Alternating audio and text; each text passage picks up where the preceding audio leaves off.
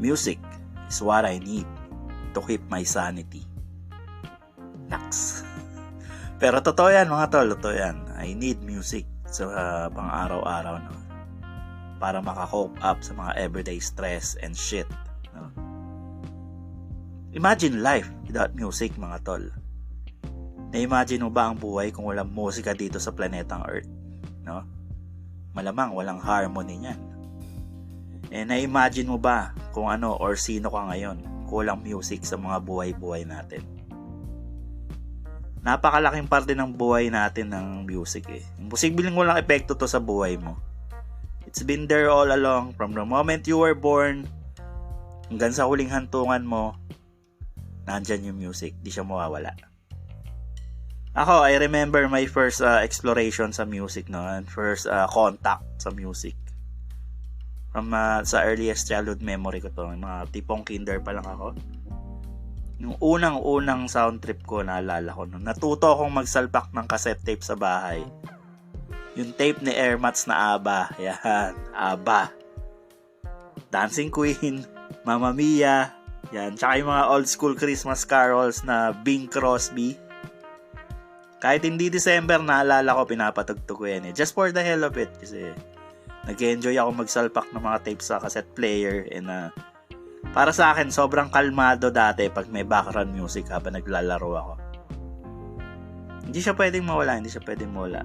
Kaya pag may trip akong cassette tape sa bahay, sinasalpak ko pag ako lang mag-isa sound trip. Kahit ano pa yan. Hindi pa ako choosy nun eh. Yan ang earliest memory ko sa pagsa-sound trip. And until now, hindi pwedeng lumipas ang araw nang wala akong pinapatugtog or background music, no, mula sa mga favorite artist ko. Negats, hindi pwedeng wala araw-araw. So, yun nga. Today, my friends, we'll be talking about music, no, for our episode 10. I-share ko sa inyo yung mga tugtugan na naghulma sa akin bilang isang tao at kung ano or sino ako ngayon, no. And nga pala, it's me, your boy with an eye, Jimmy Kings, and tara, samahan nyo ako mag-time travel sa aking buhay habang tumatagay. So, grab your favorite drinks and let's G after this Tupac intro. Kita-kits mga tol!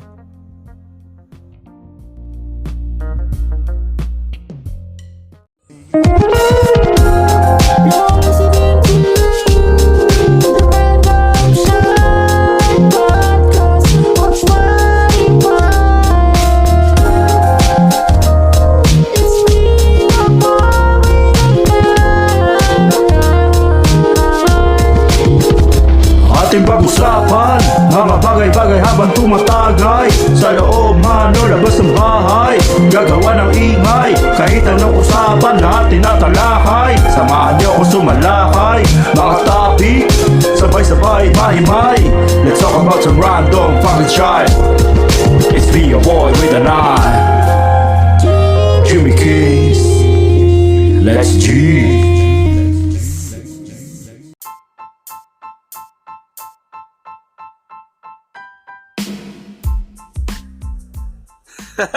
Ayos ba? Ayos ba mga tol? Tupac ba? Tupac? Let me know. Kaso parang ano eh, no? May pagka-topak eh. Hindi Tupac eh. May pagka-topak siya eh. And just let me know kung okay ba yung intro music natin na bago, no? Let me know. Again, maraming communication methods dyan, or you can tell it to me personally, no? On that note, tagay muna tayo ng isa para kay Tupac Shakur.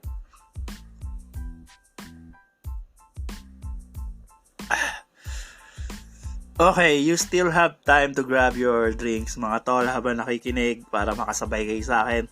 And today is episode 10, no? And we'll be talking about the music albums that have the most impact on my formative years or early life. And once again, it's me, your boy with an eye. Yes, Jimmy Kings. And welcome back to another episode of TRSP, or the Random Shite Podcast. Kumusta kayong lahat? Kumustis? How's your weekend mga tol? Kumusta weekend nyo? Okay ba? Maulan ba dyan or not? Okay, I hope you're all doing goods. And yun, kumusta? Pero bago tayo magdako sa main topic nga pala, syempre, matik, segue muna. Quick segue. Just want you to i-update ko lang kayo sa podcast status natin, mga tol. As of now, steady betlog ang ating mga followers. And we're still on our road to our first 100 followers. Yee. And marami pang upuan dito. Kasya tayong lahat dito, mga tol. Spread the word. Follow. And optional lang naman. Alam nyo naman, dito sa TRSP, walang nagaganap na pilitan, di ba? Just like what I'm always saying, no? I'm not a fan of forcing things or connections. I just let it be. But if you wanna show some love by hitting that follow button, 5,000 G's. And thank you very much. And kung may mare-recruit ka na mag-follow dito, double thank you para sa iyo. Double thank you, mga tol. And on that note, appear na may 3 seconds micro holding hands. Yeah. And also nga pala, maraming salamat sa mga homies natin dyan, no? Yung nagbibigay ng positive feedback in person and through PMs, no? And you know who you are, mga tol. I appreciate it. Na-appreciate ko yung mga small talks natin regarding sa podcast. And thank you very much for your feedback. And yung mga abangers din, thank you very much, abangers. Yung mga nagtatanong kung kailan yung bagong episode. Maraming salamat. Nakaka-inspire, mga tol. Nakaka-inspire. And thank you sa paniniwala. Malaking bagay yan. And yun nga, para lang kayo mga crispy pata, no? Sobrang nakakataba ng puso yung mga sinasabi niyo sa akin. And para dyan, isang tagay muna uli para sa mga pinagsama-sama yung supporter. Salamat, mga tol. Tagay.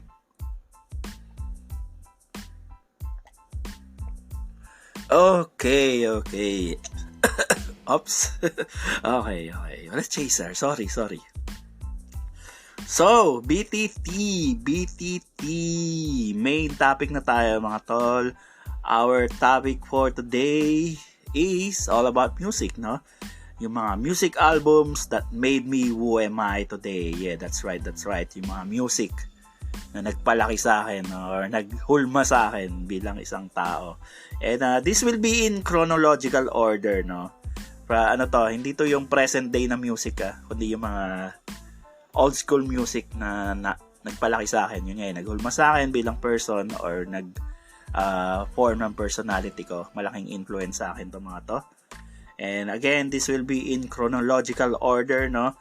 So, mag-start tayo from the earliest. Let's travel back in time and let's get started sa unang-unang album na malaki ang impact sa akin as a child or as a person dati. Because we are all former childs, di ba? Lahat tayo bata dati. Okay, starting off with our number 1. Teka, isa munang tagay. Yeah. Alright, our first album, Francis M. Yo album, no? Yung unang-unang album ni Francis M. Debut album niya na rap. May tape si Utol nito. Ito yung isa sa mga memorable tapes na para sa akin, no? First rap album na nahawakan ko sa kamay ko. I was, I think, grade 5, no? Yun nga, yun nauso tong Yo, Francis M. Talagang putok siya sa radio, sa airwaves, no? And ang laki epekto niya sa mga kabataan nun. Everyone, merong peace sign pendant, yung peace sign na bilog sa school. Yan, naalala ko, yun yung unang-unang hip-hop accessory ko, yung peace sign pendant na yun. And I started to make formal like Francis M, no? Yung mga brush up na buhok. Then, yun.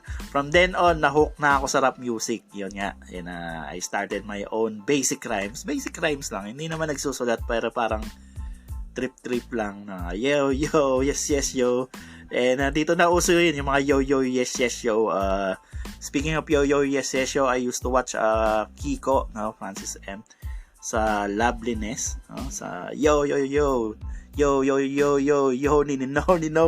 yes, yo, Alma Moreno, nagra-rap siya sa, Loveliness dati, and I would watch him, and master rapper na siya nun eh. Ang master drummer na alala ko si Willie Rebillame, and I followed his career from then on, no? Naging Francis M fan na ako nun, and malaking impact to kasi ito yung nag-introduce sa akin sa rap.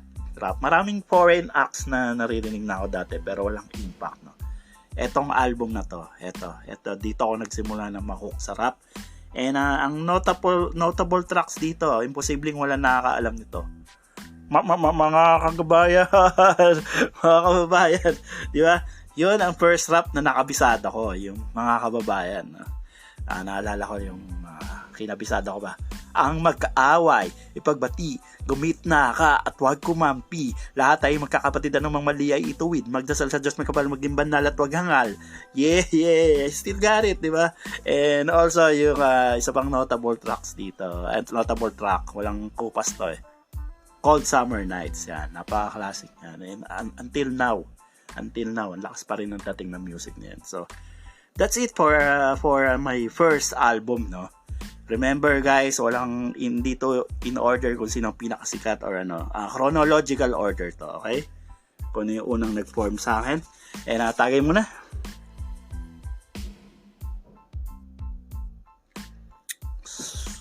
Yeah. Alright, no? Next, ito, medyo mabigat tong second album na to.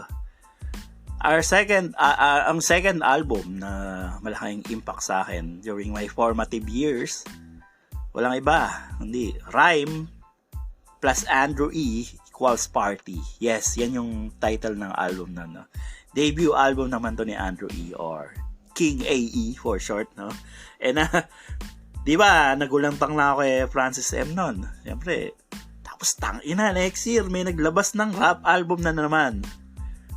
Some guy named Andrew E. Yes. Some guy. Yeah.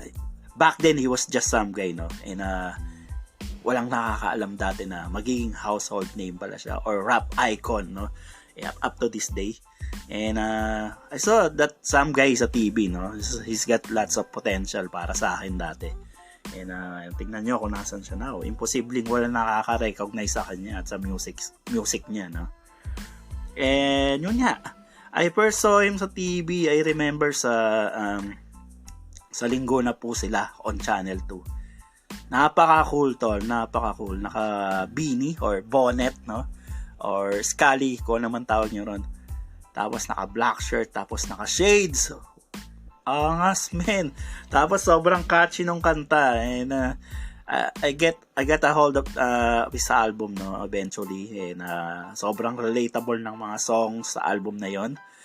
And may pagka-naughty, no? May pagka-naughty, pero huling-huli talaga yung attention mo. Siyempre, as a teenager, mga naughty shit, malakas ang dating sa yan eh. And I was like, basta magaling yung mga rhyming niya eh. Mga wordplay, yan. Wordsmith talaga. And yung mga innuendos niya, napaka-fresh ng concept, no? And Tagalog, syempre, yun ang importante ron. Tagalog, sobrang grounded talaga ng music. Kaya talagang makaka-relate ang mga katulad ko noon, no, na nasa formative years. And yun nga, malaki rin impact sa akin ng album na to. Ang second album na lalong dumagdag sa pagkahilig ko sa rap music. Yun nga, yung Rhyme plus Andrew E equals Party. Okay? Ang notable songs dito, yun, imposibleng wala rin nakakaalam nito. Humanap ka ng pangit, yes, very iconic, di ba? Napaka-timeless niyan. Isa pa, yung nagbabalik na naman, Beanie, no? Speaking of Beanie Birocha, wala, 90s pa lang may Beanie na, courtesy of Andrew E, no? And yung favorite, personal favorite ko sa album na to is yung Ganyan. Okay itong track na to. And also yung Andrew Ford Medina, no? On that note, tagay muna. Yeah. Okay, speaking of Andrew E, side story tayo. Indian seat, mga bata, Indian seat, form a circle, may kukwento ang inyong Uncle Jim. Okay. So, yun yan, no? I followed his career, Andrew E. And I aspire to be a rapper just like him, no? Na-inspire ako mag-write ng... Eto, nagsusulit na ako nito. Na-inspire ako mag-write ng mga rhymes. And kasi sakto pa, si Andrew E. or Kuya Andrew from now on, open his door sa mga aspiring rappers na katulad ko nung mid-90s na, no? Medyo nagbibinata na ako nun. Meron siyang drive-by show, radio show, drive-by show ang tawag dito. Ang station is DM 95.5, no? Sa may QC yun. Nagkaroon doon ng freestyle battle, no? Freestyle battle. Iba yung style dati, iba yung style dati ng freestyle, hindi yung katulad ngayon na nagsisiraan or naglalaitan. Ang freestyle dati, talagang susukatin yung yung wits mo, yung wits. Bibigyan ka na lang ng topic, then lalapatan mo ng mga bara, as in relevant bars dapat, no? Pag lumayo ka sa topic at hindi na relevant yung mga bars mo about sa topic na nabigay sa'yo, ligwak ka, olats ka. So, yun nga, I joined that freestyle contest under the alias Wannabe, no? Wannabe pa yung gamit na alias ko doon. Nakakatawa talaga because I'm such a wannabe dati, pero that will be ironic 4 weeks later. Magiging ironic yung wannabe na yan. And I'll tell you why later on. So, that's 4 weeks of freestyle battle competition. So, ayun na nga, first week, marami kami noon, mga 20 plus na sumali, no? Pero pag natalo ka kasi sa first week pa lang, babay na, syempre, uwi ka na, olats ka na eh. So, advance na ako sa second week. Then, dumating na yung second week. So, ganun uli, nakachamba na naman, no? Freestyle battle, kinalingan ko, nakachamba na naman. Okay, then, third week, pahirap na ng pahirap, tsaka pakunti na yung mga, syempre, may pressure na yun. Third week, syempre, as usual, kailangan ko na namang i-give yung 100% ko. Gusto ko kasi manalo eh. So, ayun. Nakachamba na naman, no? Nakasabayan. Pinanis ko na naman yung mga nakasabayan ko eh, na marami na tanggal. Yung mga rappers they're dropping like flies sa third week. Hanggang sa fourth week na. Yun, naka-advance ako sa fourth week kung saan championship na. Dalawa na lang kami.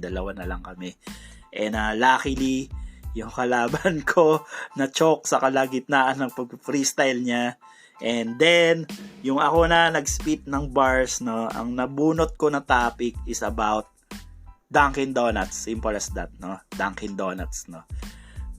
Kaya memorable sa akin Dunkin' Donuts.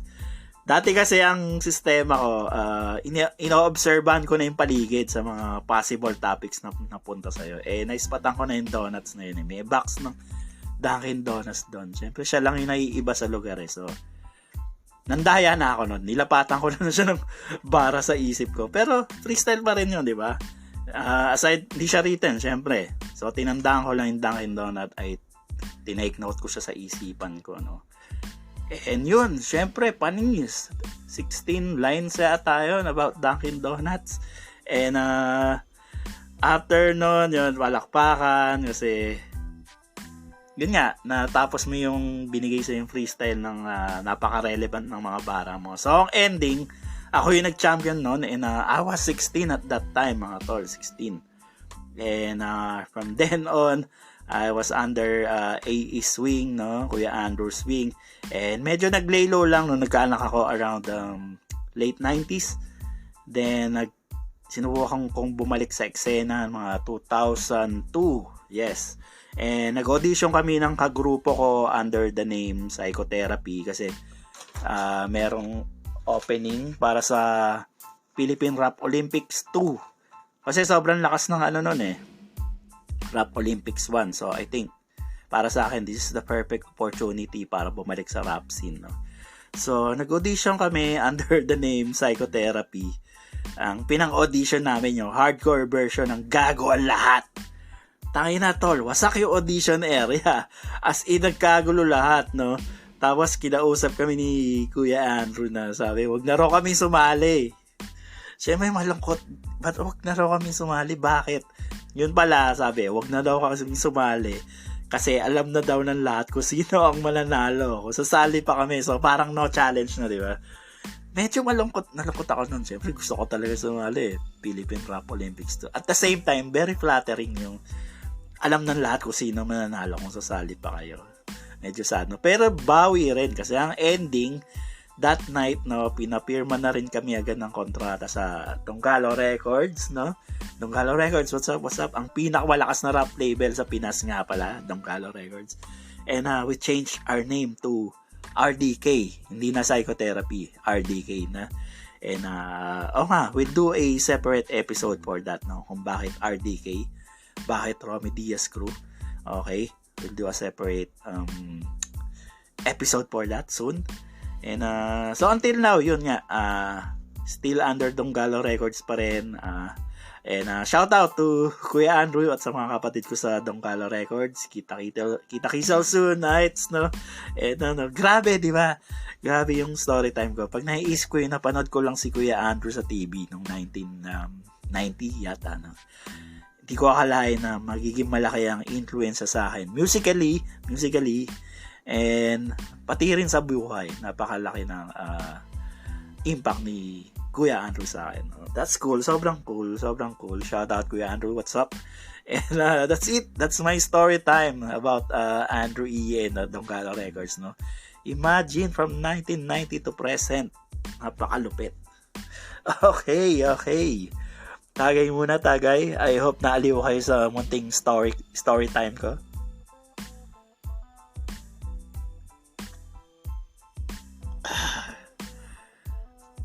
Alright, kumusta? Are you still there? Can I get a crab react? Sorry, sa office term yan. Sorry. Alright, next album. Guns N' Roses. Alright. Use Your Illusion 1 and 2. Eto na. Second year high school ako nito nang pumutok sa Pinas to, no? This album, no, di ba? Masyado akong focus sa rap masyado. This album opened my ears and my mind sa rock music, no? Isipin mo, hip-hop, rap, tapos nung narinig ko yung Use Your Illusion 1 and 2 ng classmate ko, bigla ako na-hook sa rock, heavy metal, no? And the likes. Dati kasi dapat, hindi pwede dati to eh. Pag hip-hop ka, hip-hop lang. Dati, ganito. Tag metal ka, or yung mga mahilig sa rock music, no? Teka.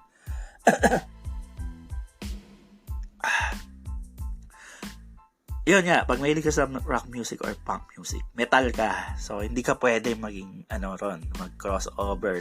Para sa karamihan, kung hip-hop ka lang. Kung metal ka lang. Kasi magkaaway dati yung mga yan nung panahon na yan. And hindi ko alam kung bakit. And hindi naman ako nagpadala sa ganong mindset. So, nakinig pa rin ako rito, no? Sa album ng Guns N' Roses na to. And then, na-open yung floodgates for me dahil sa album na to. Sa mga metal bands nung 90s yan. And hanggang mauso na yung mga grunge yun, alternative rock. Dahil dito sa Guns N' Roses, doon siya nagsimula. Para sa akin, And I enjoy ko yung best of both worlds para sa music that time. And nagagawa ko yung hindi nagagawa ng karamihan. Yung makinig sa rock music habang hip-hop ka, no? And kasi yun nga, hindi ako nagpakulong sa ganong mindset, no? I love music, kahit ano, papakinggan ko yan. And dahil dito ron, no, sa GNR na to, nagkaroon ako ng friends ng metal and punks. So, para ako nakakapag-travel talaga sa ibang dimension that time, eh. So, like what I've said earlier, dahil dito sa album na to, yun nga, na-explore ko na yung music. And until now, no, majority ng Spotify playlist ko is puro rock and metal, nu metal. Yan. So, sorry na rap. Babawi ako sa'yo.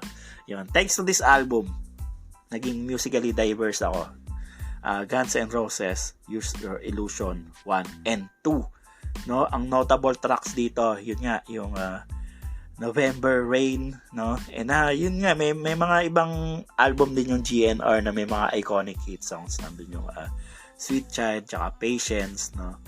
Yun, napakalupit nun. Malupit tong dati, no? Early 90s Guns N' Roses. Alright, moving on. Tagay muna. Thank you very much, GNR.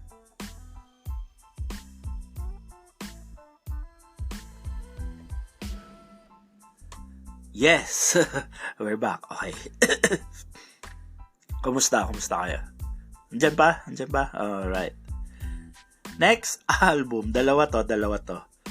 Circus and Caterpillar by, alam nyo na to, syempre, Eraserheads. Ito naman yung album na malaki influence sa akin nung nagkakaroon na ako ng sariling identity, no? Yung unti-unti na ako namumulat sa realidad ng buhay at pag-ibig, di ba? Kasi sobrang relates din ng mga kanta dito, lalo na nung nagkakaroon na ako ng mga crush na seryoso, no, until magkaroon na ng jowa, event na sakto fan din ng E-Heads, no. In fact, yung isang tape dito, yung hinihiram-hiram ko, yung Circus, sa kanya yun. Nasoli ko ba? Hindi ko na maalala. Yun. So, yun nga, maraming core memory sa album na to. Ito yung marami siyang mga nag-explore na ako sa kung ano-ano, mga bagay-bagay this time, no, nung mga nauso tong album na to. Yan, para siyang official soundtrack ng buhay ko ng early teens. Yun, napaka-solid nito yung Circus. Tapos ito namang Caterpillar, yung para siya naging soundtrack naman ng high school days, no. I remember asking for this, yung Caterpillar, sa exchange gift no high school Christmas party. Tapos yung nakabunot sa akin, inuulol pa ako kasi sabi tape ni April Boyd daw yung ireregalo niya. Buti naman hindi niya tinotoo, no? So ayun nga, Caterpillar is what I got na sa Christmas party. And yun nga, thank you very much, exchange gift guy, no? Hindi mo tinotoo yung April Boy. And again, Circus and Caterpillar, no? Malaki ang bag sa early teens ko. Ito yung soundtrack ng Fuck Around and Find Out stage ng buhay ko. E-Heads. Solid yan. Alright, ang notable tracks sa mga album na to is yung Magazine, Alapaap, yan, With a Smile, ano pa, Huling El Bimbo, yes, and Super Proxy. Alright. E-Heads, sobrang cool din yan. Okay, moving on. Next album. This one is Francis M. na naman. Freeman album, no? So, as I've said earlier, no, nakapag-travel na ako sa mundo ng hip-hop and metal, no? And sakto naman, naglabas na naman ng album si Kiko. This time, pinaghalo niya yung rap and metal. Dali to. Nahuli yung musical taste ko. Nahuli ng album na to, no? Na rapper na may kasamang banda. Wala kasing gumagawa pa dati yan dito sa Pinas, no? Ang mainstream, no? Si Kiko pa lang ang unang nakagawa nito noon. Tapos yung mga kanta rito, sobrang suwabe rin ang mga bagsakan, no? Way ahead of its time, ika nga. Until now, napaka-relevant pa rin kung patutugtugin mo, no? And this is my all-time favorite Francis M. album. Ang laki kasi ng impact nito nung yung nagiging rebelde na ako that time, no? Hindi naman rebelde na as in salbahe. Rebelde as in going against the flow, yan. Breaking the norm. Since then, ayoko na maging conventional hanggat maaari. Yun, gusto ko lagi ako na iba. And during this time, may mga nakilala na ako mga schoolmates, yan, tumutugtog, jamming. May mga tracks dito na kinakana namin pag nagja-jamming kami. Sobrang good stuff. Freeman album. Isa rin sa mga malaking impact during my formative years, no?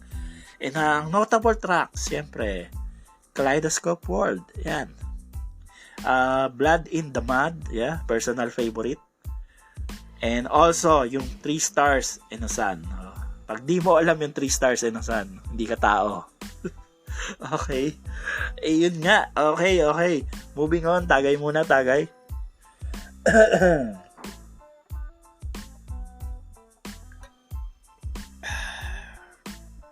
Alright. And ang next album. Eto, may kasamang story time no album na to. Rage Against the Machine, no? Yung first album to, yung basta self-titled album siya ng Rage Against the Machine. Yung may nasusunog na monk sa album cover, no? Yun. Speaking of me, traversing the realm of rock and rap, no? Dahil kay Kiko. And speaking ng mga schoolmates na tumutugtog, eto tong album na to. Ayan. May nag-introduce sa amin ito, pakinggan daw namin. No? Siyempre, foreign album to, bihira. Rare pa yung mga foreign albums nun sa Pinas eh. Lalo na pag hindi kilala. Hindi ko sinasabing hindi kilala yung RATM. Sa Pinas lang siya hindi kilala gano. So, rap metal na pinakilala sa amin, may nagparinig sa amin. Rap metal, hardcore, bagsakan, tama. Pang! Dali na naman. Yun, ang lupit kasi ng bagsakan ng Rage Against the Machine. Talagang rebellious. Bagay nga sa pagiging rebelde, di ba? And yung mensahe nila, nagiging anti-authority, yan, mga ganun. So, ewan ko. Basta naswak lang siya sa panlasa ko, no? So, sa pati na rin sa mga schoolmates ko na tumutugtog sakto. So, kada jamming namin ng mga kaibigan ko, which, by the way, magagaling silang lahat from guitar to bass and drums, no? Ako lang yata yung sablay sa vocals, eh. Yun. So, kada jamming namin, imposibleng walang Rage Against the Machine song. Okay? Story time nga pala. Ang notable tracks nga pala rito is Bump Track. Yeah, Bump Track. No? Take the Power Back. Okay? Killing in the Name. No? Yung merong fuck you, I won't do what you tell me. Yan, yung Killing in the Name. And yun nga, as I've said before, may story time tong album na to. Story time, Indian Seat uli, mga bata. Tagay muna si Uncle Jim.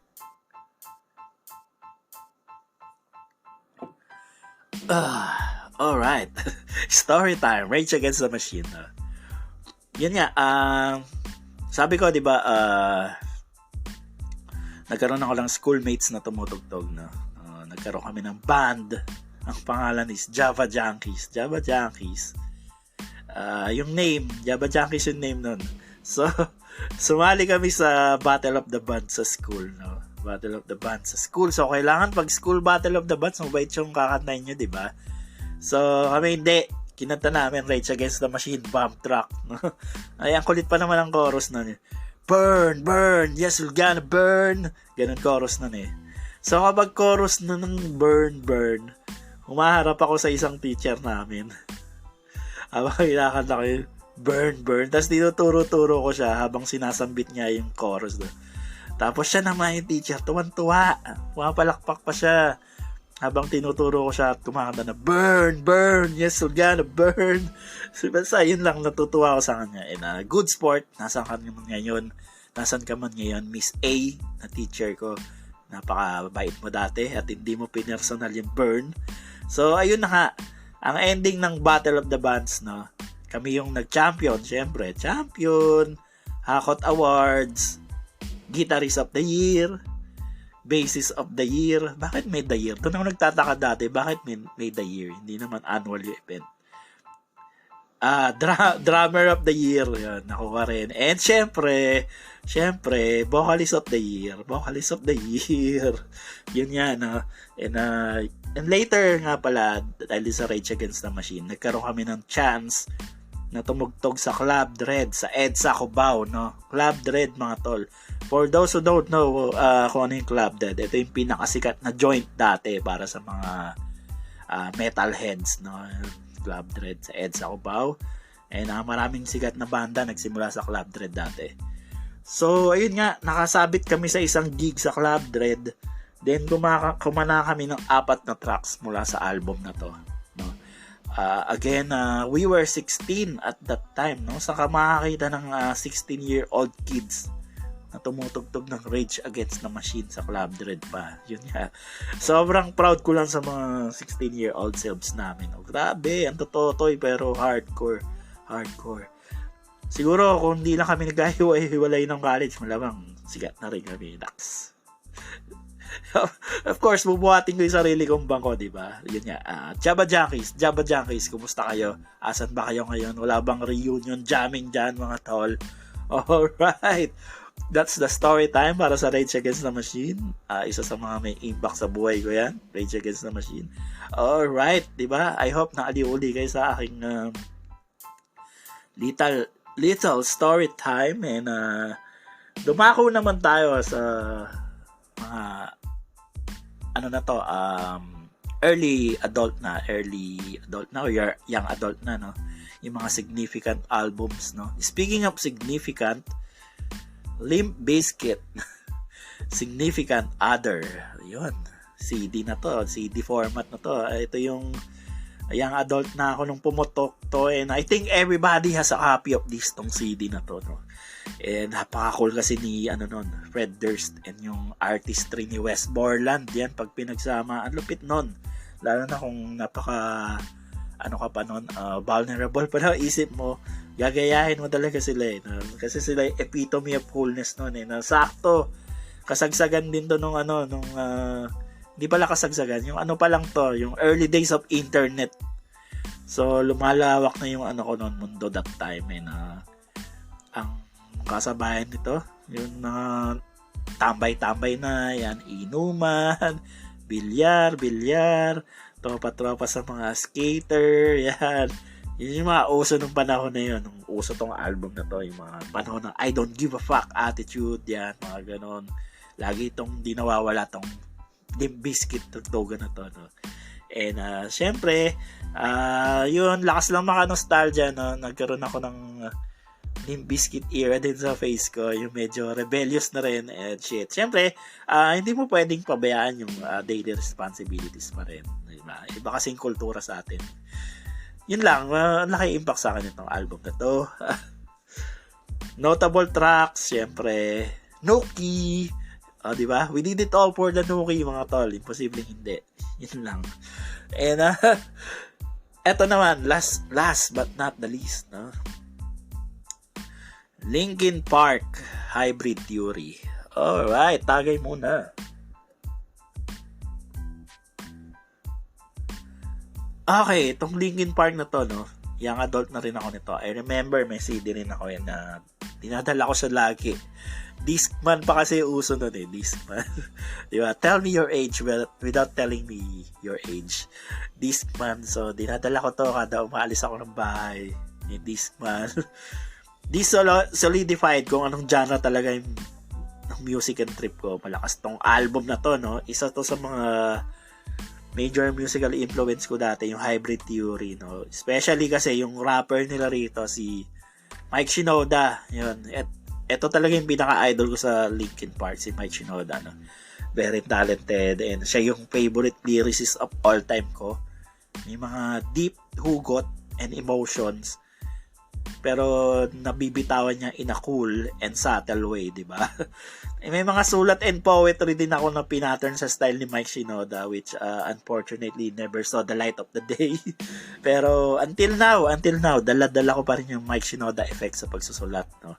Yun nga. And pati syempre yung format that time, Mike Shinoda, and until now naman, ganun pa rin. Hindi mo ako makikita ng mga naka-hip-hop drip, no? Rapper drip. Basta Mike Shinoda all the way inspired pag nagpo-forma ako minsan. Wala lang. Basta malaki lang epekto sa akin ito. And lalo na naglabas siya ng album na side project na Fort Minor. Yon, swabe rin yun. Pinadaan ko lang sa Linkin Park, no? Pero Mike Shinoda talaga yung sasabi ko. Pero bottom line is Hybrid Theory yon. Ito yung last album na malaking impact during my formative years, and especially yung style ni Mike Shinoda, panalo. Okay, ang notable tracks dito is yung Crawling, Paper Cut, at saka yung In the End, diba? Yun. Alright. I think meron pang secret shoutouts, no? Pero sige, paspasan na natin. That's it nga pala para sa mga album na malaking impact sa akin during my formative years. And thank you sa pakikinig. Now, I hope nakilala nyo ako through that. And secret shoutouts na tayo. Secret shoutouts na. Alright. Maraming familiar names dito, pero may mga bago rin. Salamat sa inyo mga tol sa pag-respond sa aking post. Okay, i-PM yung mga street names, alias, and gang names. Bagay. Okay.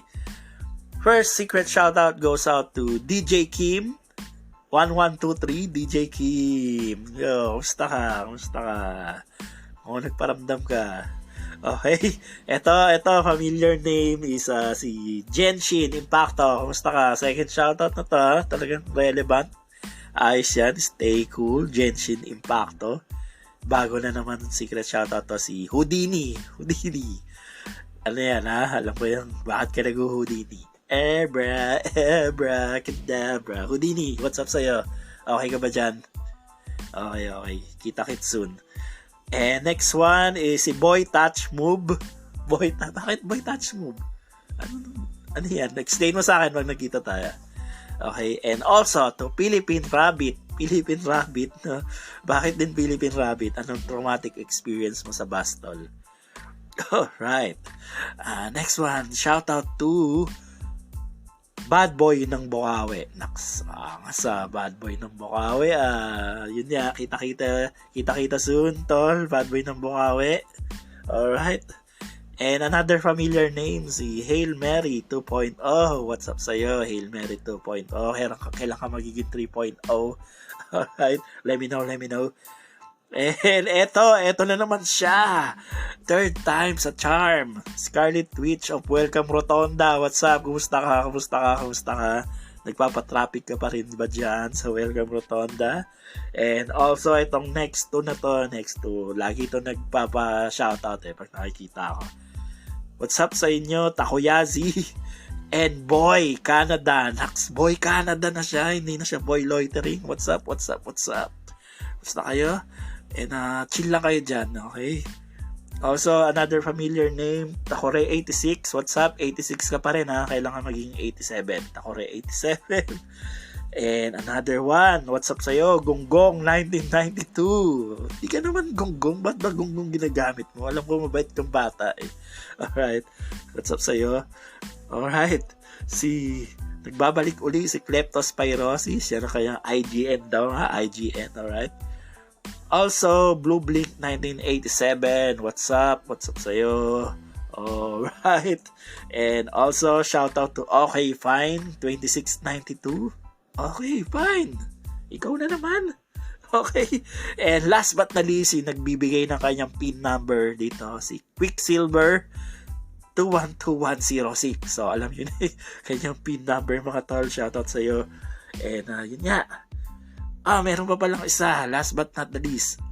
Si Baby Amateur. Baby Amateur. What's up? Alright, that's it for our secret shoutout. Maraming salamat sa inyong mga supporter, mga tol, at pag-respond sa aking call na ibigay ang inyong AKAs, no? I appreciate it, no? Nag-enjoy tayong lahat sa buhay dito just by doing that. And that's it for me para sa episode 10, no? Isipin nyo, naka 10 episodes na, ganun lang. Mga tol, maraming salamat sa inyong supporter for the last 10 episodes. And bounce na ako. Once again, it's me, your boy with an I, Jimmy Kings, Kita Kizel sa episode 11. And again, magsasabi ako, syempre, adios muchachos. Don't be an asshole. See you later. Peace.